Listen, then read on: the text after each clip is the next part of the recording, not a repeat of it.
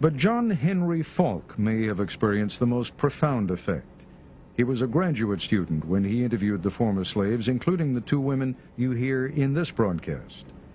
Himself interviewed just before he died in 1979, Falk was going on about how he believed in giving blacks the right to go to school, giving them the right to vote, giving them the right to go into anything they qualified for.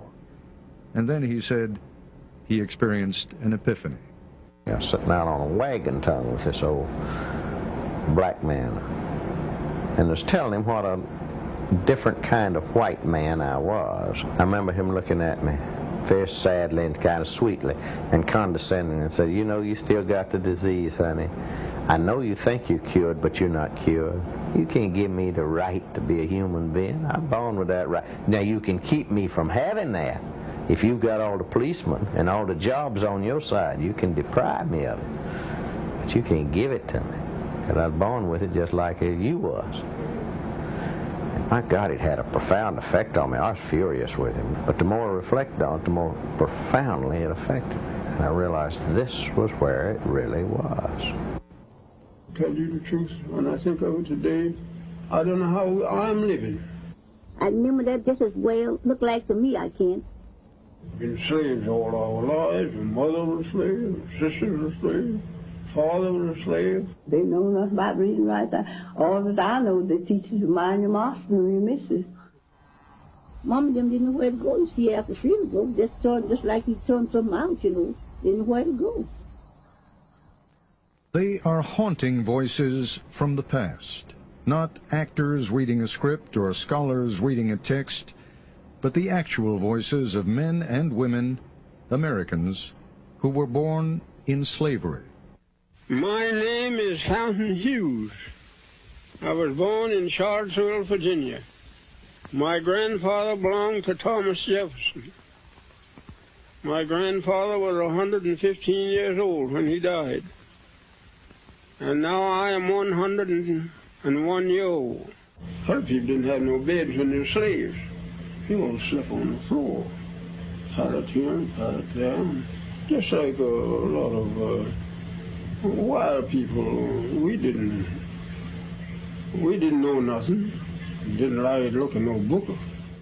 Harriet Smith, remembering what she saw as a small girl during the final days of the Civil War.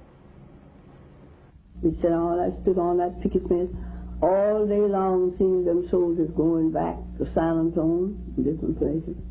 Colored soldiers in droves. That's right along by our house. Our home is a two-story house. These recorded memories were among thousands of interviews done with ex-slaves in the 1930s and 40s. Can you remember slavery days very well? Of course, I remember all our white folks. And all the names of them, all the children. Call every one of the children's names. Who did you belong to? Jim Bunton, the baby boy. The results of these digitally enhanced recordings are arresting, almost unbelievable. The idea of hearing the voices of actual slaves from the plantations of the Old South is as powerful, as startling really, as if you could hear Abraham Lincoln or Robert E. Lee speak. Listen again to Fountain Hughes, who was born in 1848. We were slaves. We belonged to people. They sell us like they sell horses and cows and hogs and all like that. Have an auction bench, and they put you up on the bench and bid on you, the same as you're bidding on cattle, you know. Much of what these three former slaves say may at first seem unremarkable. Much of what they say may surprise and upset, and their calm demeanor is at odds with the evil and violence we associate with slavery. Here is 91-year-old Texan Laura Smalley talking in the 1940s about the outcome of a tussle between two women, one black, one white, one slave, one mistress. The mistress tried to slap the slave, but the black woman pushed her into a chair. Laura Smalley was a girl at the time, but she remembers vividly what happened to the black woman when the master came home. Well, they taken that poor old woman, cat in the peach orchard and whipped her. and, just tied a hand this way, around the peach orchard tree. I remember that just as well, looked like to me, I can, and round the tree, and whipped her. And well, she couldn't do nothing but just kick her feet, just kick her feet. But it just had her clothes off down to her waist, Just didn't have her plumb naked, but they had her clothes down to her waist. And every now and then they'd whip her, and then snuff the pipe out on her, snuff the pipe out on her. The embers in the pipe, where you ever see the pipe smoking. Blow them out on her? Mm-hmm. Good Lord. Mm-hmm. The plantation on which Smalley was a slave sounds brutal. She recalls scrambling with other children for food from a huge wooden tray, like a hog trough. All of them, would get around that tray with spoons and eat, such like mush or soup or something like that. And all them children get around there and just eat. Fountain Hughes tells his interviewer about the relentless round of work for him on a Virginia plantation. Night never comes out. You have nothing to do. Time to cut tobacco. If they want you to cut all night long out in the field, you cut. And if they want you to hang all night long, you hang tobacco. It didn't matter about your tired, being tired, you're afraid to say you're tired. It was cotton, not tobacco, that solidified slavery, though.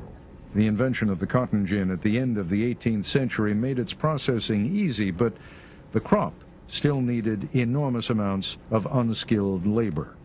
Control of the slave and his labor through laws and regulations became paramount. Fountain Hughes talks about one of those controls, the pass system. Now, I couldn't go from here across the street, or I couldn't go to nobody's house without I have a note or something from my master. And if I had that pass, that was what we call a pass. If I had that pass, I could go wherever he sent me, and I'd have to be back. Whoever he sent me to, they'd give me another pass, and I'd bring that back, so it's to show how long. Even emancipation didn't truly free the slaves. Freedom freed slaves for more travail. The end of the Civil War found many cast adrift without skills and no place to go. And the Yankees who freed them weren't always seen as benevolent liberators. I remember when the Yankees come along and took all the good horses and took sold all the meat and flour and sugar and stuff out in the river and let it go down the river. And they know the people wouldn't have nothing to live on, but they done that. The ex-slaves left one hell for another, perhaps an even more dangerous one. No longer property, they didn't have the protections afforded property. When we were slaves, we couldn't do that, see? And if we got free, we didn't know nothing to do. And my mother, she hunted places and bound us out for $1 a month. But we didn't have no property, we didn't have no home. We had nowhere, nothing. We didn't have nothing on it, just like the cattle, we just turned out and get along the best you could. In Texas, the slaves weren't told they were free until 2 months after the war ended. Smalley remembers that her masters gave the slaves a dinner, and then they were free. I don't know how the other side of the folks know freedom. We didn't know. They just thought, we're just feeding us, Them didn't know where to go. You see, after freedom broke, just like he turned something out, didn't know where to go. That's just where they stayed. Didn't know where to go. Turn us out just like, you turn out cattle. In the narratives, the slaves used an interesting phrase for the end of slavery. They say, when the break came. Good times, easy times were not at hand. The trials for millions of black Americans didn't end in 1865. They continued. Laura Smalley and her family became sharecroppers. Harriet Smith's first husband was killed by whites during the Reconstruction, probably because of his political organizing. Fountain Hughes went north to Baltimore and worked at numerous jobs, including hauling manure. Not an enviable job, but it was the job of a free man.